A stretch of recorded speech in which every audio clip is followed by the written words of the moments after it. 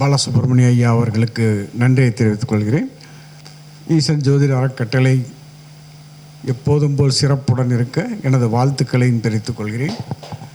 எனக்கு இந்த ஜோதிட கலையை கற்றுக் கொடுத்த அனைத்து குருமார்களையும் வணங்கி எனது உரையை தொடங்குகிறேன். அதுங்க ஜாதக ஆய்வு அப்படின்னு எடுக்கிறப்போ இப்போ நான் பிஹெச்டி பண்ணி பாஸ் பண்ணியிருக்கேன். இப்போ டாக்டர் பட்டம் கொடுக்க முடியாதுங்கன்னா வாசஸ்பதினு ஒரு பட்டம் கொடுத்துருக்காங்க. வர 4ஆம் தேதி சர்டிஃபிகேட் வாங்கணும் ஸ்ரீஹரி ஜோதிட வித்யாலயத்தில். அதில் பார்த்திங்கன்னா நான் யாருக்கு திருமணம் இல்லை அப்படிங்கிறத ஆய்வு பண்ணேன். நான் யாருக்கு திருமணம் இல்லைங்கிறப்போ நீங்கள் ஜாதகத்தை எடுத்தோன்னே பார்த்தோம்னா சுக்கிரன் நல்லா இருப்பார், 7ஆம் அதிபதி நல்லா இருப்பார், ஆனால் அவங்களுக்கு கல்யாணம் ஆகிருக்காது. இது மாதிரி ஜாதகங்கள் நான் 25 ஜாதகங்களை சப்மிட் பண்ணியிருக்கேன் ஆய்வு பண்ணி. இதில் மெயினாக பார்த்தீங்கன்னா என்னோடய ஆய்வு முடிவு அவங்க சொல்லிட்டாங்க, இது வரைக்கும் யாரும் இந்த முடிவு கொடுக்கல. எல்லாருமே 2ஆம் இடம் 7ஆம் இடம் இதுதான் மெயினாக பார்த்து அது கெட்டு போச்சான்னு பார்க்குறோம். சுக்கிரன் நீச்சமாக பார்க்குறோம், பெண் ஜாதகம் வந்தால் செவ்வாய் நீச்சமானு பார்க்குறோம். இதில் தான் எல்லோரும் ஆய்வு பண்ணியிருக்காங்கன்னு சொல்லியிருக்காங்க. ஆனால் என்னோடய ஆய்வு முடிவு நான் என்ன சொல்லியிருக்கேன் அப்படின்னா, ஜென்ம நட்சத்திரம், 7ஆம் அதிபதி நின்ற நட்சத்திரம், லக்ன புள்ளி நின்ற நட்சத்திரம், இந்த 3 நட்சத்திரத்தில் ஏதாவது 2 நட்சத்திரத்தில் உடைப்பட்ட நட்சத்திரங்கள் வந்துச்சு அப்படின்னா அவங்களுக்கு திருமணம் இல்லை. சுக்கிரன் நல்லா இருந்தால் கூட, அதாவது குரு, செவ்வாய், சூரியன், இவங்க 3 பேர் இந்த 3 இடத்துல ஏதாவது 2 இடத்துல இவங்க டச் ஆனாங்கன்னா அந்த ஜாதகருக்கு திருமணம் இல்லை. அதாவதுங்க ஜென்ம நட்சத்திரம், ஃபஸ்ட்டு ஜென்ம நட்சத்திரம், 7ஆம் அதிபதி நின்ற நட்சத்திரம், லக்ன புள்ளி நின்ற நட்சத்திரம், லக்னாதிபதி கிடையாது, லக்ன புள்ளி நின்ற நட்சத்திரம். இந்த 3 நட்சத்திரத்தில் 2 இடத்துல உடைப்பட்ட நட்சத்திரம் டச் ஆச்சு அப்படின்னா வந்துருச்சுன்னா அந்த ஜாதகருக்கு திருமணம் இல்லை. இது 19 ஜாதகத்தில் இதே மாதிரி வந்திருக்கு. இந்த முடிவு இப்போ அவங்க அவங்களோட ஆண்டு மலரில் போடுறேன்னு சொல்லியிருக்காங்க. அவ்வளோ அருமையாக செட் ஆகுதுங்க. நானும் பார்த்துட்டு அந்த ஜாதகங்களை பார்த்துட்டு 7ஆம் அதிபதி சூப்பராக இருக்கார், ஆண் ஜாதகர் சுக்கிரன் சூப்பராக இருக்கார், ஆனால் கல்யாணம் இல்லை அவங்களுக்கு. இதுக்கு நான் சொல்லணுன்னா நான் ஒரு ஜாதகத்தை கூட சொல்ல முடியும் என்னால். ஏன்னா நான் இப்போ சொல்லணுங்கிறதுக்காகவே ஒரு ஜாதகத்தை எடுத்துகிட்டு வந்தேன். கரெக்டாக நம்ம சொல்கிறப்போ கரெக்டாக சொல்லணும், முடிவு மட்டும்தான் சொல்லியிருக்கேன் நான். இப்போது நீங்கள் பார்த்தீங்கன்னா நான் ஒரு ஜாதகம் பாருங்கள் சொல்கிறேன் உங்களுக்கு.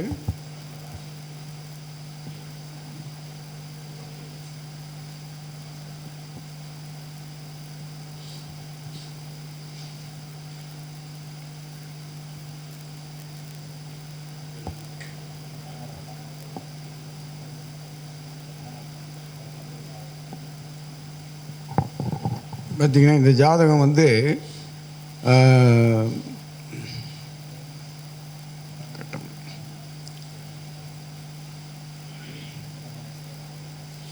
அதாவது சிம்ம லக்னம், லக்னத்தில் ராகு, அப்புறம் பார்த்தீங்கன்னா மகரத்தில் கரெக்டாக வரலையாட்டிருக்கு. இது சொல்ல முடியுமா பாருங்க, நீங்கள் எனக்கு கொஞ்சம் தட மாட்டோமா இருக்கு. இந்த ஜாதகத்தை சொல்லுங்க. மகரத்தில் ராகு இல்லை, இங்கே சிம்மத்தில் ராகு, சிம்ம லக்னம், சிம்மத்தில் ராகு, 7ல் கேது இருக்குது, 7ல் கேது. அந்த இது போய் வரிசையாக சொல்லுங்களேன், ஒரு கட்டம் போட்டு எழுதிடுங்க வேணாம். லக்னம், சிம்ம லக்னம், லக்னத்தில் ராகு, இது மகரத்தில் குருவும் சுக்கிரன், குரு சனி, குருவும் சனியும் மகரத்தில், கும்பத்தில் கேது, மீனத்தில் சுக்கிரன் புதன், மேசத்தில் சூரியன், ரிஷபத்தில் மாந்தி, சந்திரன் மிதுனத்தில் சந்திரன், மிதுனத்தில் சந்திரன் செவ்வாய். இப்போ இந்த ஜாதகத்தை பார்த்தீங்கன்னா சுக்கிரன் உச்சமாக இருக்கார்.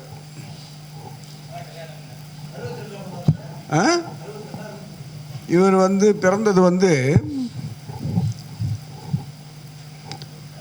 21/4/1961.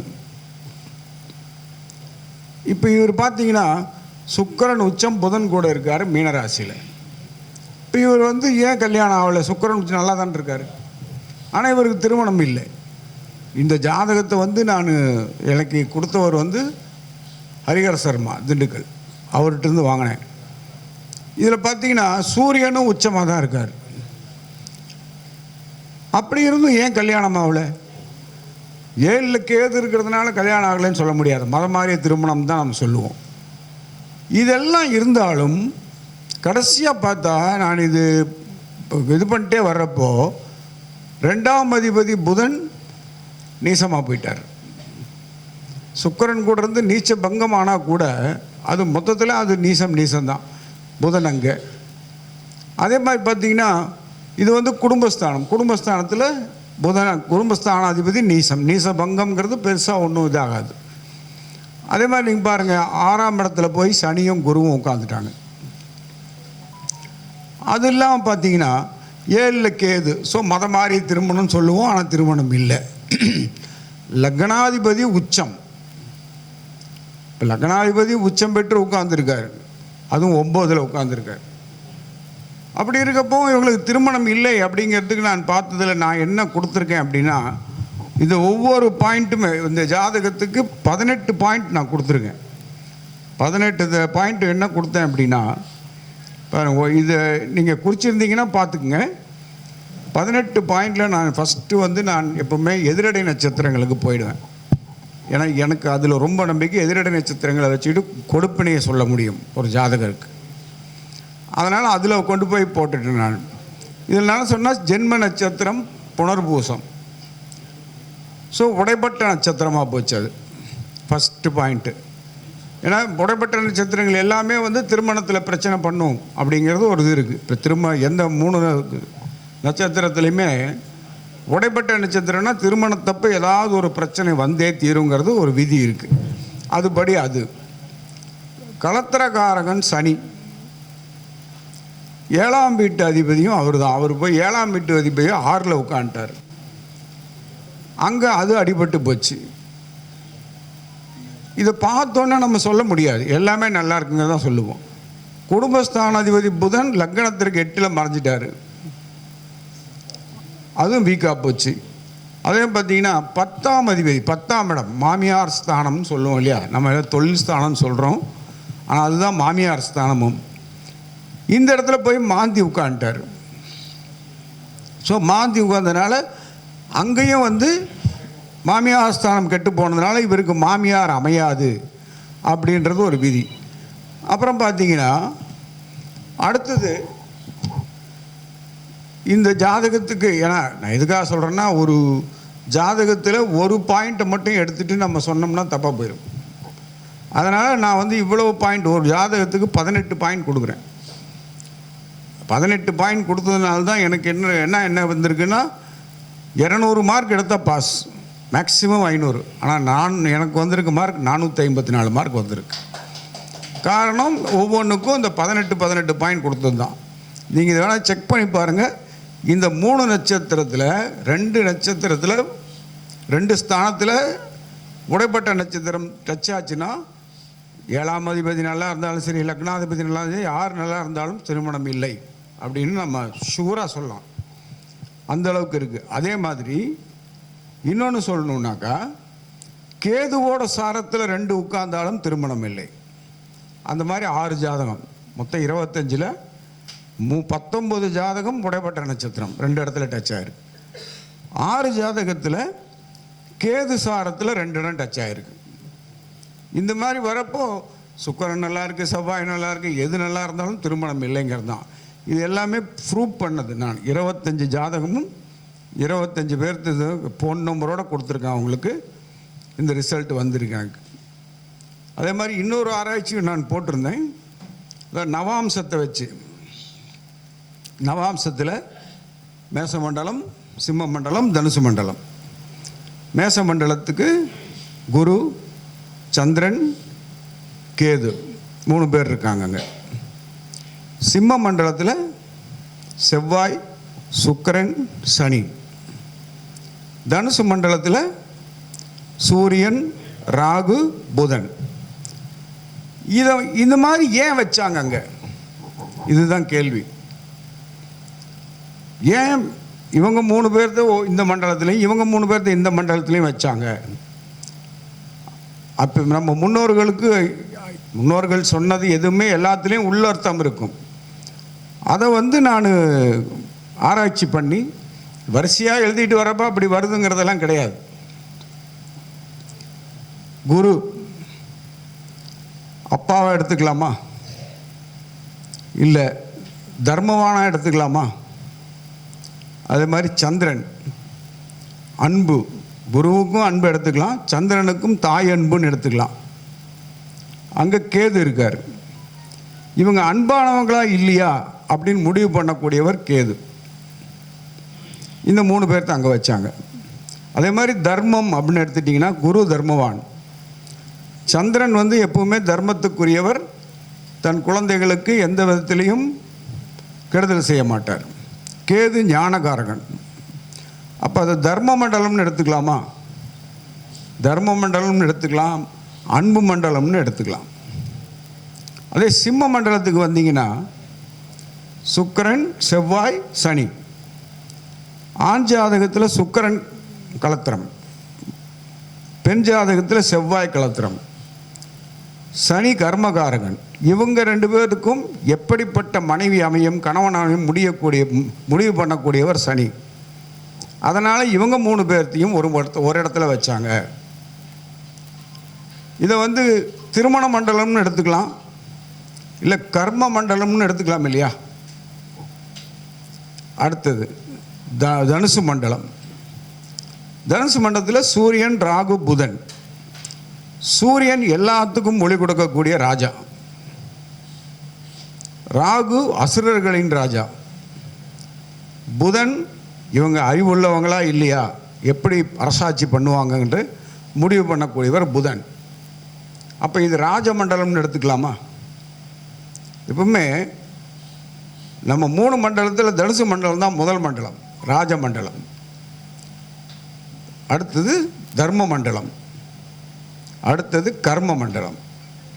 இப்படி தான் இருக்கணும் அப்படின்னு நான் இதையும் ஒரு ஆராய்ச்சியாக சப்மிட் பண்ணியிருக்கேன்.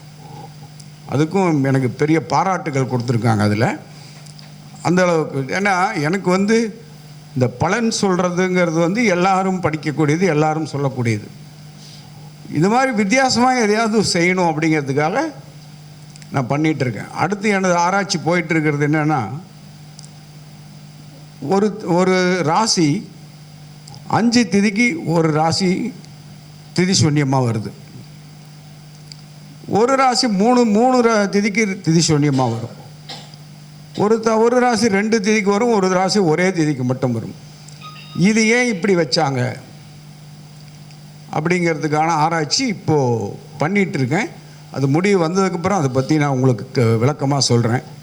அப்புறம் ஐயா சொல்லிகிட்டு இருந்தார் சந்திரன் நாடி பற்றி, ஜிகேட்ட படித்தேன்னு சொல்லிட்டு இருந்தார். ஐயா இருக்காரா? போயிட்டாராட்டுக்கு. சரிங்க. நான் அவரோட அசிஸ்டன்ட் சுரேஷ் சார்கிட்ட நான் படித்தேன் சந்திரநாடி. சந்திரநாடியில் மெயினாக பார்த்தீங்கன்னா, ஒருத்தர் நமக்கு ஜாதகம் பார்க்க வந்திருக்காங்க அப்படின்னா அவங்க இதுக்கு தான் வந்திருக்காங்கங்கிறத சந்திரநாடியை சொல்லிட முடியும் ஈஸியாக. அவங்க வரப்போ அவங்க ஜாதகத்தில் எந்த கிரகத்தை தாண்டி வந்தது சந்திரன், இன்னைக்கு கோச்சார சந்திரன் அவங்க ஜனன ஜாதகத்தில் எந்த கிரகத்தை தாண்டி வந்தது, அதுதான் அவங்க கேள்வியாக இருக்கும். அடுத்து எந்த கிரகத்தை போய் தொடப்போகுது, அதுதான் அந்த கேள்விக்கு பதில். ஒருத்தர் வராங்கன்னா சுக்கிரனை தாண்டி வந்திருந்தா அவங்க திருமணத்தை பற்றி தான் கேட்க வந்திருப்பாங்க. அடுத்து போய் அந்த கிரகம் யாரை தொடப்போகுது, சுபகிரகங்களை தொட்டால் திருமணத்துக்கான ஆயிடும், வந்துடும், நாள் வந்துச்சுன்னு சொல்லலாம். அதே ராகு கேதுக்களை தொட்டால் இப்போதைக்கு ஆகாதுங்கிறத ஈஸியாக பதில் சொல்லிடலாம். சந்திரநாடிங்கிறது அப்பப்போ டக்குன்னு பதில் சொல்கிறதுக்கு அற்புதமாக வச்சுக்கலாம். ஒரு கூட்டம் 10-20 பேர் இருக்காங்க, நீ இதுக்கு தான் வந்திருக்கியான்னு கேள்வி கேட்டு உட்கார வச்சுட்டு நம்ம அடுத்து எவ்வளோ நேரம்னாலும் உட்காந்துருப்பாங்க. சந்திர நாடியிலேருந்து ஒரு பதிலை மட்டும் சொல்லிட்டோம்னா அந்த அளவுக்கு சந்திர நாடி வேலை செய்யும். அதே மாதிரி சந்திர நாடியில் பார்த்தீங்கன்னா இப்போது இந்த போர் போடுறதுக்கு அவங்க தான் கரெக்டாக சொன்னாங்க. அதாவது ராகு, சந்திரன், சுக்கிரன் இவங்க 3 பேரும் சேர்ந்த நேரத்தில் போர் போட்டால் 100% இந்த இடத்துல தண்ணி வந்தே தீரும் அப்படிங்கிறது கான்செப்ட். அந்த இவங்க 3 பேரும் எப்படி சேருவாங்க? சந்திரன் திங்கக்கிழமை அன்னைக்கு ராகுவோட நட்சத்திரம், சந்திர ஓரை, இந்த சுக்கிர ஓரை இந்த மாதிரி சேர்த்தணும். வெள்ளிக்கிழமை ராகுவோட நட்சத்திரம், சந்திர ஓரை. இது திங்கக்கிழமை திங்கக்கிழமை சந்திரன். அன்னைக்கு திங்கக்கிழமை வெள்ளிக்கிழமை இதில் கம்பல்சரி எடுத்துக்கணும். அதே மாதிரி ராகு காலத்துலேயும் போடலாம். இப்போ சப்போஸ் வெள்ளிக்கிழமை சுக்கிரன் வந்துட்டாரு, அன்றைக்கி சந்திரன் நட்சத்திரம் இருக்குன்னா ராகு காலத்தில் கூட போடலாம். ஏன்னா சுக்கிரனும் சந்திரனும் நீர் கிரகம், ராகுங்கிறது குழாய், ராகு நீர் ராசியில் உச்சமாகும். அதனால் இந்த 3 பேரும் சேர்ந்த நேரத்தில் இது சுரேஷ் சார் எனக்கு சொன்னது தான். இதுவும் அற்புதமாக வேலை செய்யும். அந்த நாடி விதியில் மட்டுமே நீங்கள் பார்த்துக்கலாம் இதை. அது மாதிரி நாடி விதியில் ஒரு கிரகம் நம்ம சொல்கிறோம், நாடியில் போய் பேசுகிறோம், சொல்கிறோம் பாவகர்த்தாரி யோகம், சுபகர்த்தாரி யோகம் சொல்கிறோம். இந்த பாவகர்த்தாரி யோகத்தில் இருக்கக்கூடிய கிரகங்கள் நன்மையே செய்யாதா அப்படின்னா அதுவும் செய்யும்.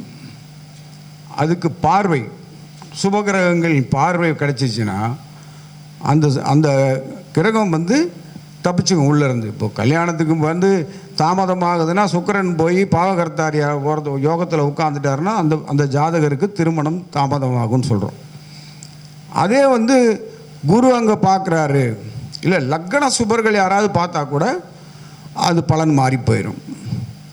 இது நாடியில் அற்புதமாக ஒர்க் அவுட் ஆகும் உங்களுக்கு. அதே மாதிரி பார்த்தீங்கன்னா நான் இப்போ இந்த சூரியனை பற்றி சொல்கிறப்போ, இப்போ சூரியன் ஒரு ஜாதகத்தில் நல்லா இருக்குது, இப்போ 5ஆம் இடத்துல சூரியன் இருக்கார் அப்படின்னா நம்ம என்ன சொல்லுவோம்?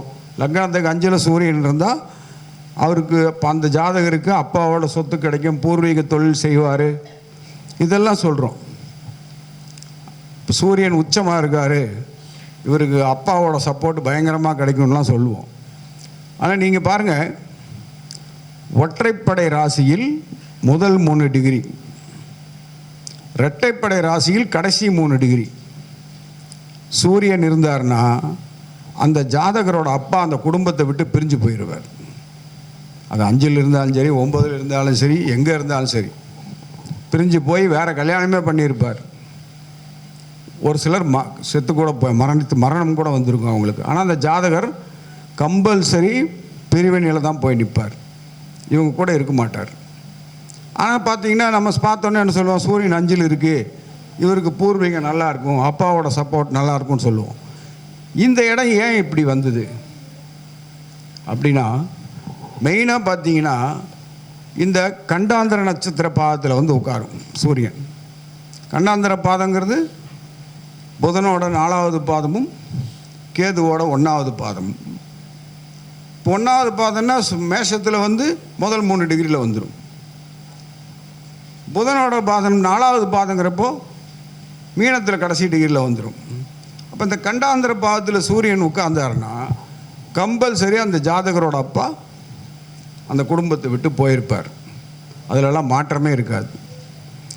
இப்போவுமே நம்ம ஒரு ஜாதகத்தை எடுத்தோன்னே என்ன பார்க்குறோம்? ஃபஸ்ட்டு லக்னாதிபதி ஸ்ட்ராங்காக இருக்காரான்னு பார்க்குறோம்.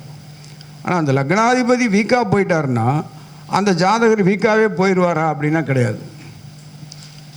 அந்த லக்னாதிபதி வீக்காக இருக்கிற லக்னாதிபதியும் கோச்சாரத்தில் நல்லா இருப்பார் இல்லையா? அந்த நேரத்தில் பூராமே நல்லா இருக்கும். லக்னமே கெட்டு போச்சு அப்படிங்கிற வார்த்தையில் நம்ம எதையுமே சொல்ல முடியாது. ஏன்னா இது நான் இப்போ பண்ண ஆராய்ச்சியில் பார்த்தது எல்லாமே இது. லக்னாதிபதி வீக்காக இருக்கார், ஸோ லக்னம் கெட்டு போச்சு அப்படின்னா இந்த லக்னம் கெட்டு போனதுக்கு என்ன லக்னம் கெட்டு போனால் என்ன நடக்கும்? அந்த ஜாதகரால் சுய முடிவு எடுக்க முடியாது, எடுத்தால் தப்பாக போயிடும். அப்போது அவரோட 7ஆம் அதிபதி பார்க்கணும். அந்த 7ஆம் அதிபதி நல்லா இருக்கார் அப்படின்னா எல்லாத்தையுமே பார்ட்னர் போட்டு செஞ்சுக்கணும். இல்லை தனியாக செஞ்சால் மனைவி பேரில் செய்யணும் வியாபாரம். இப்போ மனைவியோட அட்வைஸ் கேட்கணும். இதில் அவர் ஜெயிச்சிருவார். வேலை செய்ய போகிறது அவர் தான், ஆனால் பார்ட்னர் போட்டு செய்யணும். 7ஆம் அதிபதி நல்லா இருக்காருங்கிறப்போ அப்போ அந்த லக்னமே கெட்டு போயிருந்தால் கூட ஜெயிக்கிறதுக்கான வாய்ப்பு நிறையா இருக்குது. அதே மாதிரி பார்த்திங்கன்னா பையன் பேசியிருந்தார் மாந்தி 11 இருந்தார் அப்படின்னா அவன் தொழிலில் ஜெயிச்சிருவான். மாந்திக்கு மட்டும் 11 இருந்தார்னா தொழிலில் ஜெயிச்சிருவான். அந்த மாந்திக்கு இங்கே வெள்ளை கோயில் இருக்கு இல்லைங்களா, முத்தூர் பக்கத்தில் வெள்ளை கோயிலில் மாந்திக்கு கோயில் இருக்குது. அந்த கோயிலில் அற்புதமாக பண்ணித்தர்றாங்க. நான் அங்கே தான் அனுப்பிச்சிட்ருக்கேன். ஓலப்பாளையம் அந்த கோயிலில் இருக்கிற ஐயர் அருமையாக செஞ்சு கொடுக்குறாரு.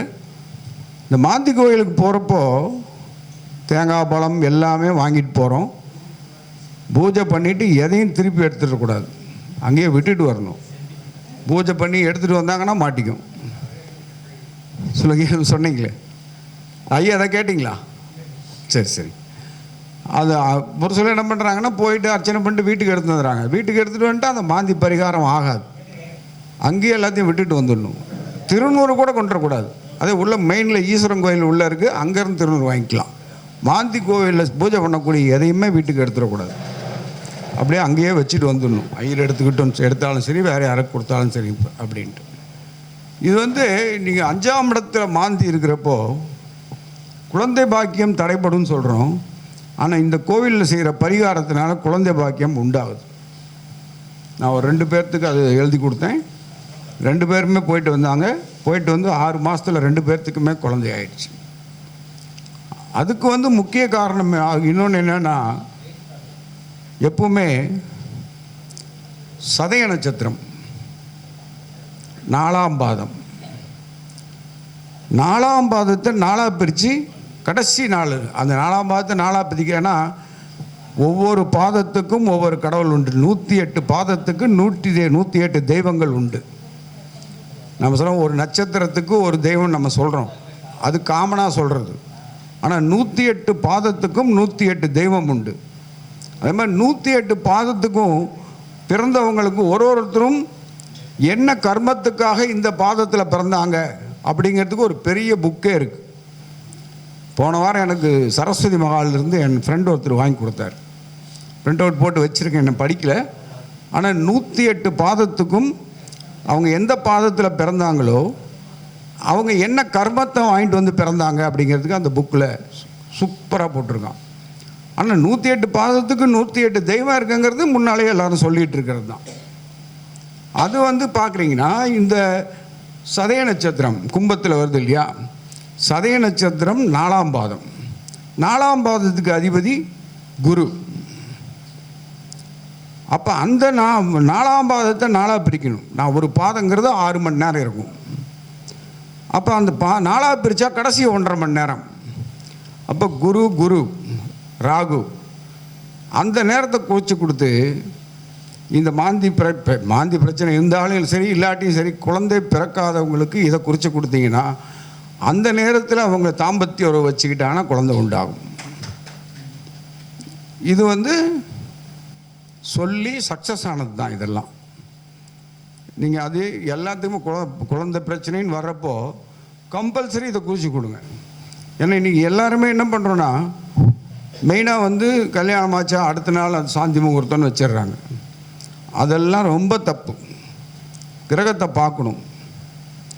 மெயினாக இந்த நாடி விதியில் என்ன சொல்கிறாங்க அப்படின்னா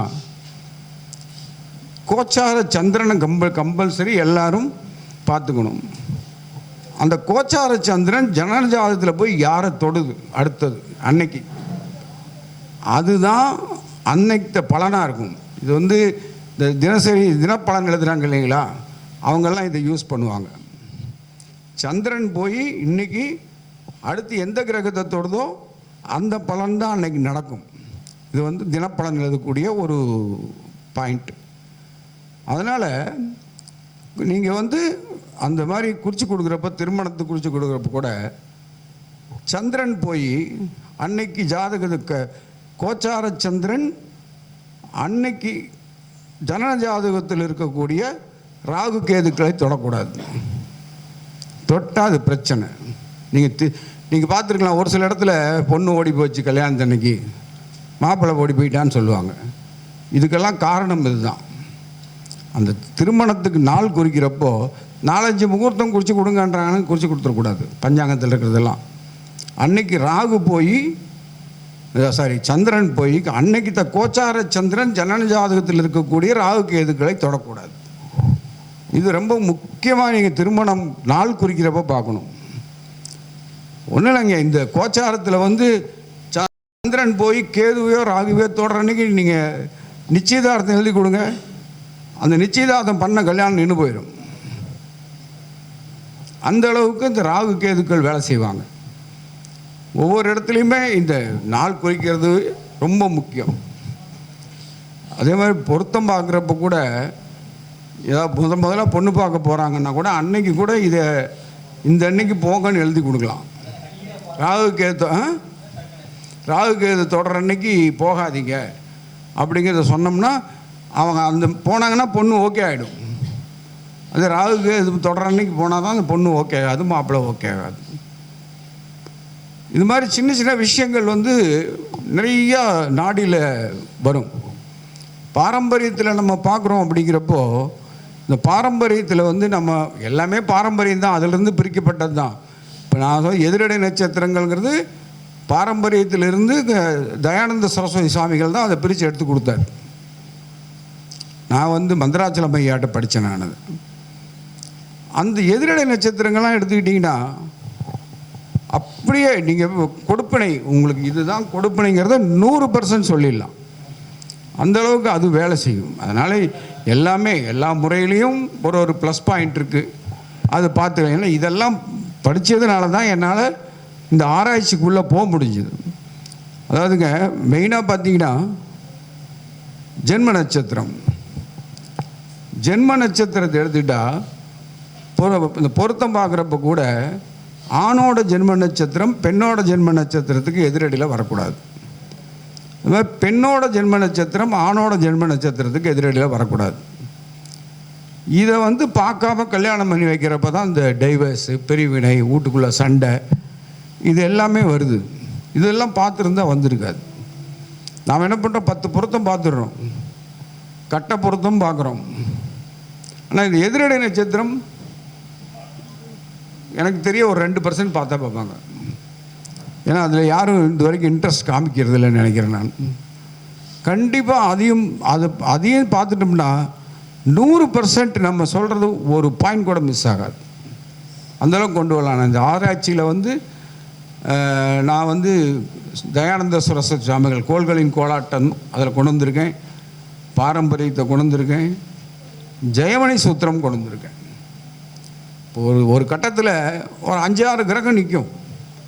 அதுக்கு பலன் எடுக்கிறப்ப பார்த்தீங்கன்னா ஜெயமணி சூத்திரம் தான் பலன் எடுக்கிறதுக்கு ஈஸியாக வரும். பாகவத் பாவம் அடிப்படையில் ஜெயமணி சூத்திரத்துக்கு போயிடணும். நம்ம இந்த இத்தனை அதிபதி இங்கே நிற்கிறார் அப்படிங்கிறத வந்து எடுத்து பிரயோஜனம் இல்லை. ஏன்னா இது வந்து எப்படின்னா, இன்றைக்கி குரு கடகத்தில் இருக்கார் அப்படின்னா மந்திராச்சல எப்போவுமே கிண்டலாக கேட்பார், கடகத்தில் இருக்கக்கூடிய குரு மீனத்து குருவா தனுசு குருவா அப்படின்னு கேட்பார். அப்போ எதுக்குரிய குரு அது? மீனம் வந்து பெண் ராசி, தனுசு வந்து ஆண் ராசி. அப்போ கடகத்தில் இருக்கக்கூடிய ஆண் குருவா பெண் குருவா? எப்படி?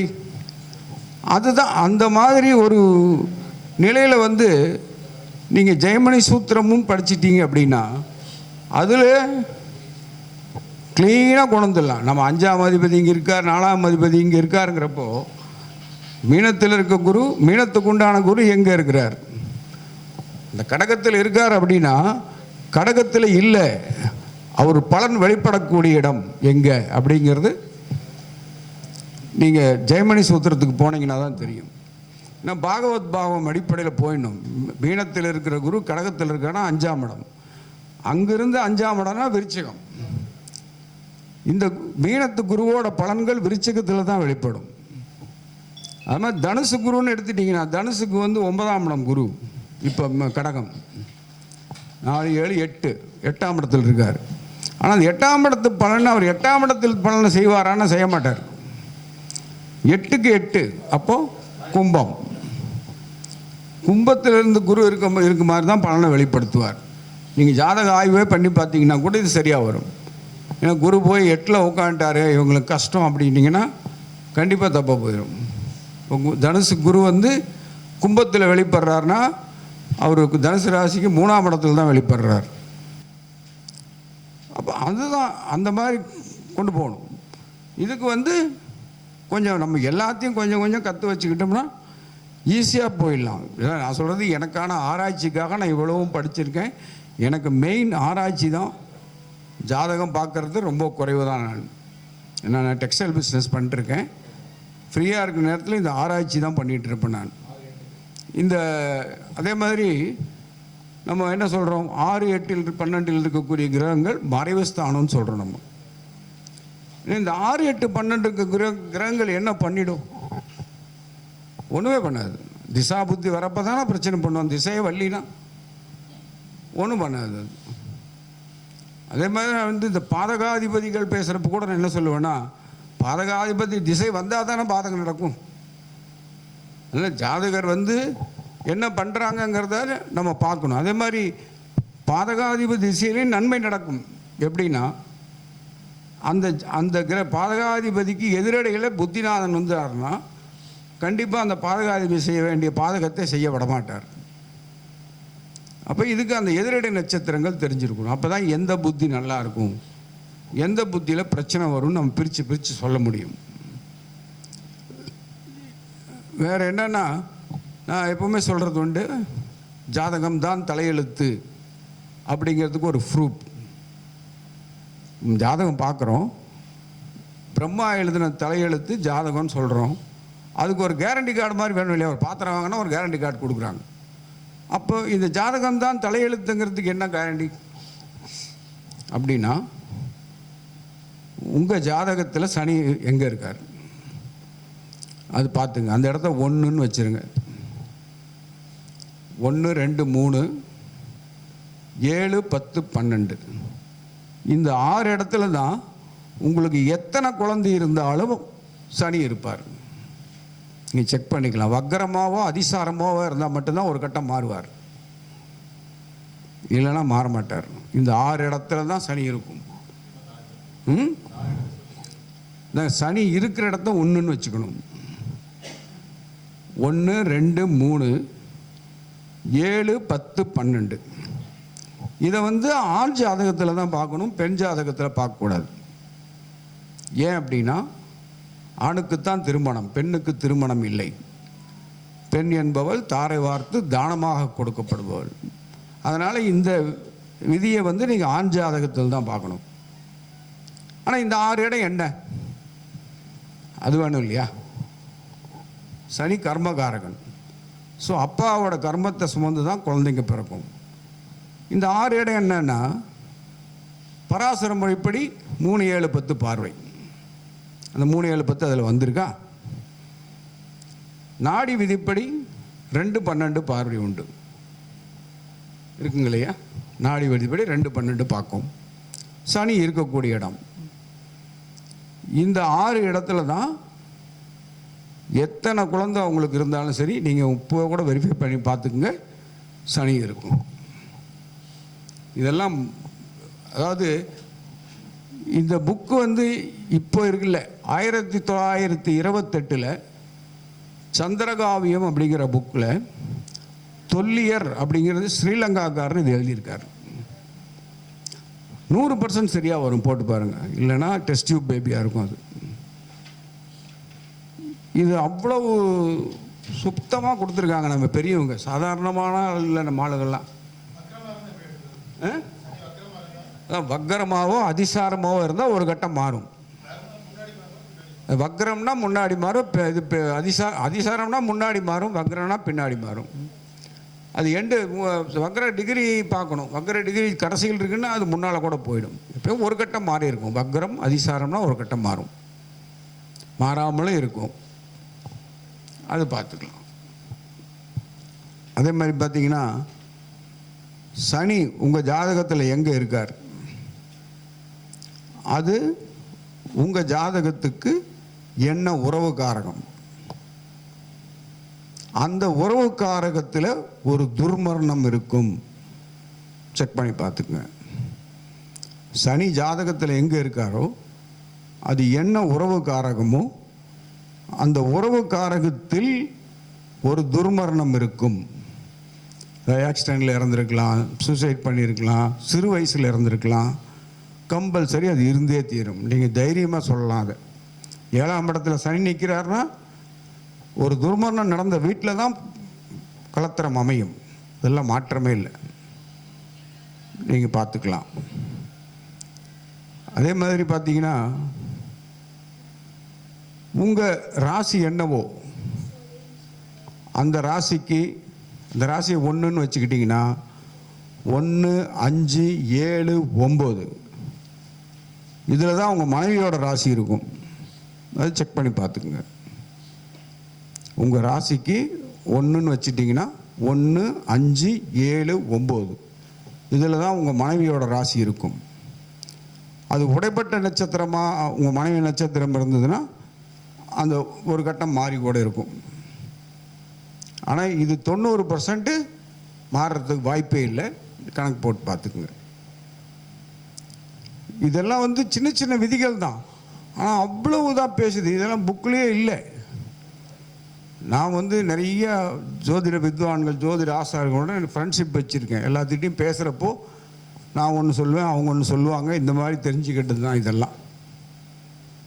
அற்புதமாக பேசுங்க. இந்த இதெல்லாம் இந்த சனி இருக்கிறது துர்மரணம்ங்கிறது எந்த புக்லேயும் கிடையாது. கரெக்டாக வருங்க, அதெல்லாம் மாற்றமே கிடையாது.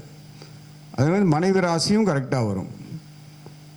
எவ்வளோ தூரம் கண்டுபிடிச்சிருக்காங்க பாருங்கள் நமக்கு. அதே மாதிரி நீங்கள் ஒவ்வொரு இதுக்கும் எடுத்துக்கலாம். 5ஆம் இடத்தை எடுத்துக்கிட்டிங்களா, 5ஆம் இடத்தை 1ன்னு வச்சுக்கோங்க. 5ல் இருந்து அதே மாதிரி 1, 5, 7, 9 இதில் தான் உங்கள் குழந்தையோட ராசி இருக்கும். செவ்வாய் எடுத்துக்கிட்டிங்கன்னா செவ்வாய் இருக்கிற இடத்துல ஒன்று வச்சு 1ன்னு வச்சுட்டு எடுத்துட்டிங்கன்னா உங்கள் சகோதர ராசியை கண்டுபிடிச்சிடலாம். இது எல்லாமே கரெக்டாக வரும். இல்லை ஜோதிடத்தில் வந்துங்க விதிகளை வந்து நம்ம ஆளுகள் நிறைய உருவாக்குறாங்க. ஏன்னா இப்போ நாம் போட்டிருக்க விதி இந்த 3 நட்சத்திரத்தில் உடைப்பட்ட நட்சத்திரத்தில் இருந்தால் திருமணமே இல்லைங்கிற விதி வந்து எங்கள் வித்யாலயத்தில் இது வரைக்கும் 43 பேட்ச் வந்து இந்த பிஹெச்டி எழுதியிருக்காங்க.